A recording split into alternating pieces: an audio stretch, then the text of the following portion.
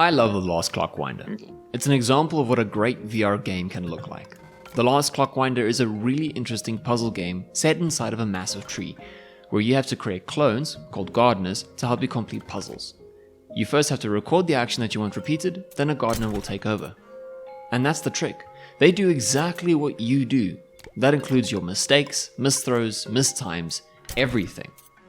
Then what? Look how confused he is. That's almost cute. However, this is a puzzle game. So how are the puzzles? They are fantastic. They require a little bit of brute force and a bit of strategy before you can truly master each room, but once you have a production line that has gardeners perfectly throwing fruit across the length of a room into a collection bin like a basketball star, then the effort really is all worth it. Lovely gentleman. Especially as it was originally me spending 30 minutes practicing their throws. The puzzles themselves start off pretty simple, get fruit from point A to point B, but they start adding interesting complexities as you go. On the first try, no less. Some fruit can't be handled and as such need to be connected to other fruit via skewers. However, your collection bin only accepts one kind of fruit, so you have to cut the skewers off the fruit. But the knife you were using to cut the skewers is currently being used to cut fruit from a stem. So that means you have to re-record your gardener that's cutting the fruit, then throw the knife to the correct position so that you can create a new gardener that catches the knife to cut the skewers off the fruit. And that's just being held in place by another gardener that you've just re-recorded.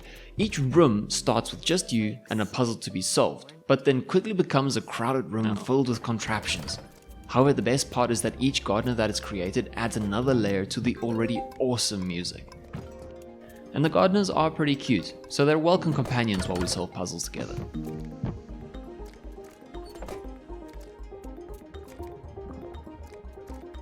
Fantastic.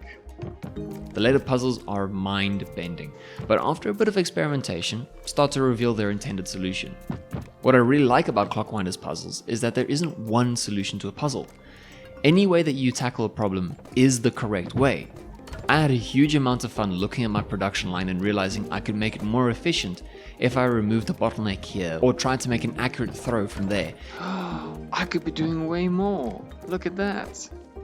Eventually, I started beating the highest challenge rating for room just because I could throw fruit extremely accurately over long distances. Oh, stellar work, Jonah. Throughout the game, you find these old cassette tapes. On them are interactions between the protagonist, Jules, and the previous caretaker, Adia. This one is a houseplant. There was a Tokaran family that would gift a cutting whenever they welcomed in someone new. No. And they sent one here? Is it rare? No, they're practically everywhere. This one was just special to them. Something's wrong, though. The tubes are blocked.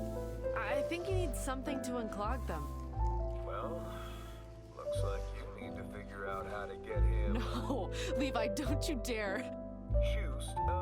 While the writing for the characters can be a little bit camp at times, the voice acting is superb. With my little Oh, come eye, on. Something beginning with P. Busy plan. And that's why we're not playing this game. Special mentions to Caitlin and Elizabeth's performance as Jules. However, the highest praise should go towards Clockwinder's music. Holy smokes, it is great. They are composed by Joel Corlitz, who did music for Halo Infinite and Death Stranding. While the music is great, the story doesn't keep up. It can at times feel a bit disconnected with what its themes are trying to say. Dialogue in particular isn't as great as it could be. Not a gift? Every plant here carries meaning and memory. This one has plenty of its own. Plus whatever meaning you ascribe to it. Well, Call it a keepsake. At times I thought characters were about to discover a time loop in the tree, only to discover that the winding of a clock meant something else entirely. The pump worker. You see the clock on the wall? Clock tower. But you've never once wound the clock. If the clockwinder needs to wind the clock, something's gone very wrong. That doesn't make any sense. Let the tree have her secrets. She moves in mysterious ways. Okay, so that's a time-traveling device for when things go terribly wrong. Gods, she could be so obtuse. Adia constantly talks about how she can't make a mistake, not again, but we don't ever see what that original mistake was. No more clockwinder, no more mistakes. I thought the tree needed a clockwinder. Yes, needed. Past tense. I've automated the process. I can be the last Clockwinder. What if someone wants to be Clockwinder? I'm the best engineer and botanist the clock tower has had in centuries, and even I've made mistakes. It's better off. She talks about how she can't imagine winding the clock again, and it truly seems like winding the clock would take the protagonist back in time to see Adia's original mistake that even she couldn't correct. A loved one dying of cancer, for example. Clockwinder Rowan. They were a terrible engineer. The tree's systems almost fell apart on their watch. God, if they'd needed to wind the... What? Never mind. Chen was much... Instead, the story seems to shift midway through into a different narrative more focused on the tree's purpose. But even the tree's purpose seems to shift from a seed vault to something else.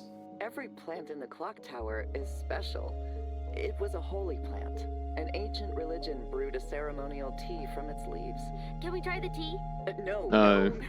No. The archaeologist who sent it said under no circumstances was anybody to drink the tea. Why not? Let's just say I learned a long time ago that you never argue with an archaeologist. The name of the game, The Last Clockwinder, isn't even about the final Clockwinder. If anything, the story sets up a cycle for new Clockwinders taking up from old Clockwinders. There were 2 writers for this game, and unfortunately I can see that. I always said Clockwinders should know when to step aside. I think that might have been a long time ago, actually.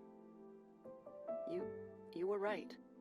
The clock tower needs a Clockwinder, and I can't be that anymore.